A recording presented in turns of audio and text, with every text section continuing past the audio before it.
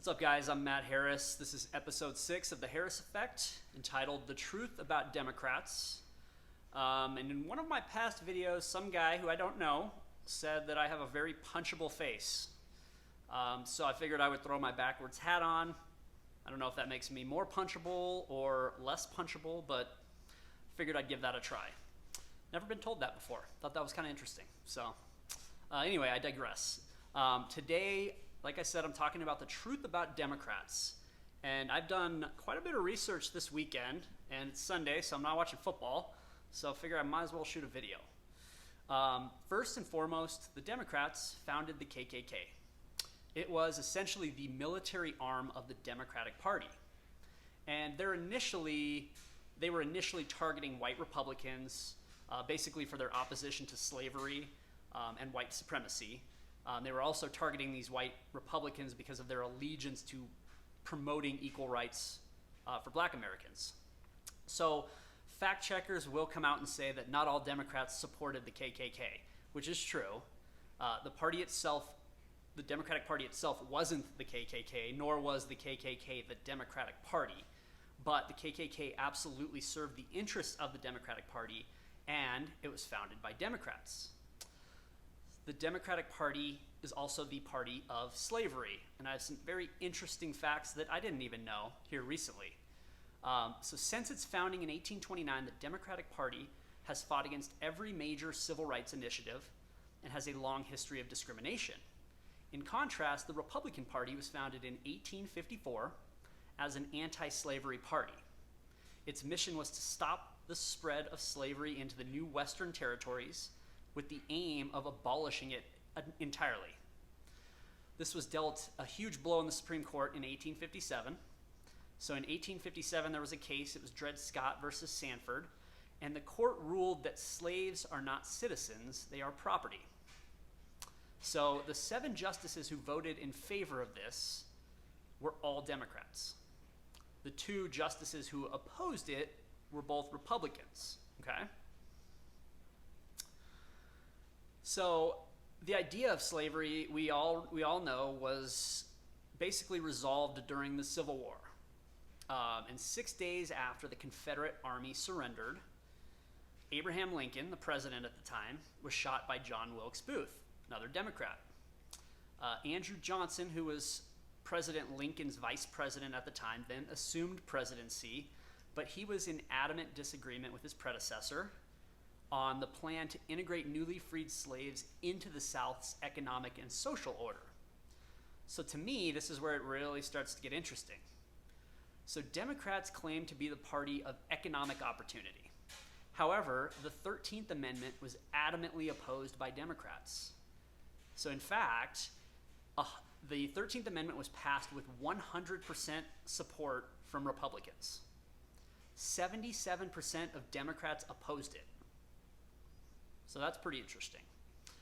Democrats also fought against the 14th Amendment, which gave blacks citizenship and equal rights under the law.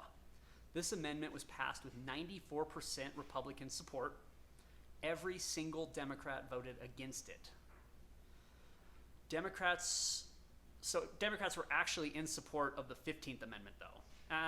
Just kidding. They weren't in support of that either. They fought against that one, too. The 15th Amendment gave blacks the right to vote. Every single Republican voted in support of passing this amendment, and you won't believe me, but every single Democrat voted against it. How crazy is that? So here's another one. The Republican Party pioneered the right of women to vote, advocating equal rights and the principle of equal pay for equal work. So the 19th Amendment was brought forth by a Republican from California. You've probably heard of her, Susan B. Anthony. And it was defeated 4 times by a Democrat-controlled Senate. When the Republicans finally regained control of Congress in 1919, the Equal Suffrage Amendment finally passed. Here's some more interesting data. When it was submitted to the states, 26 of 36 states that ratified it had Republican legislature. Of the 9 states that voted against ratification, 8 of them were Democrat. Another lesser-known fact, that there were 12 states that enacted and granted women full suffrage before the federal Amendment was ratified. And you can probably guess what I'm going to say, but every single one of them was Republican. Crazy. So the civil rights movement of the 1860s, obviously the civil rights movement didn't end discrimination, especially for black Americans. There was a Reconstruction era in the early 1900s, and Democrats kind of came roaring back into the power in the South.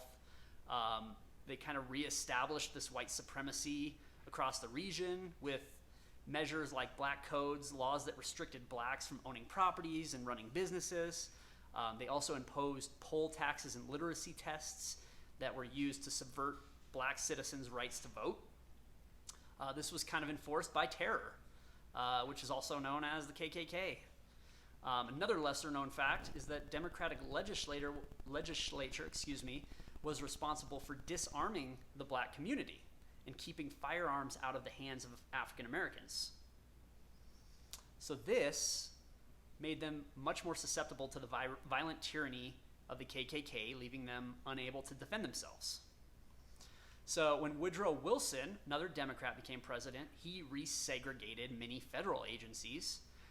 He also famously screened the first movie ever played at the White House, which was a racist film called The Birth of a Nation, but actually its original title was The Klansman.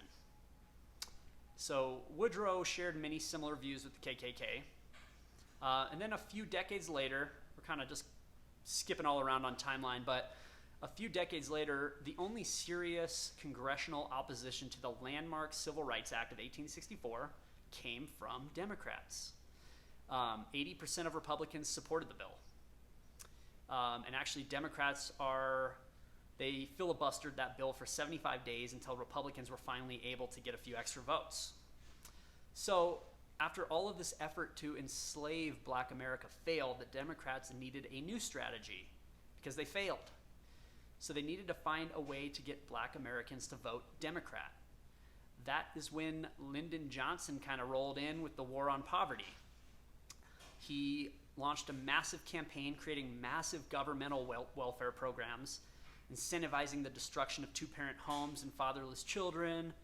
He decimated the family structure that's primarily affected the black community.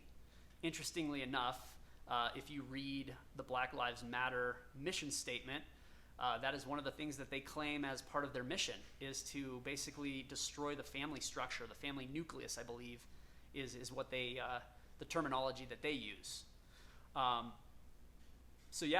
So that's something that the war on poverty has affected the black community a lot more than other communities, because they were kind of targeted. So there's also some failed democratic policies that have prevented freedom of education and the ability to choose schools that are best suited for each child. This has left a lot of Americans trapped in certain school districts and basically unable to get out of that educational trap. There's also been some politically correct policing policies that have affected black Americans in their neighborhoods, kind of leaving them defenseless against violent crime. And that's something I may go into a little more detail on the Lyndon Johnson war on poverty. I know I've mentioned it in a couple blogs in the past, but it's kind of an interesting topic. After all the legislature and all the freedoms were granted and the rights were granted, there was still kind of these policies that came forth through the Democratic Party that were still targeting minorities. And so, I've been saying this in the past few videos, and I've said it in some blogs, but America, to me, is not a systemically racist country anymore. And not to say that it wasn't at any time, because it was, but we've overcome all of the efforts of the Democratic Party to enslave black Americans and deny them civil liberties and individual rights. So we should be very thankful for the Republican Party for that. So, we've defeated the legislature, and we no longer have any policies or laws in existence in America that are still actively discriminating against anybody based on race. That's a big win. I think the next step is focusing all of our efforts on destroying these failed democratic policies that are economically and disproportionately affecting some communities more than others.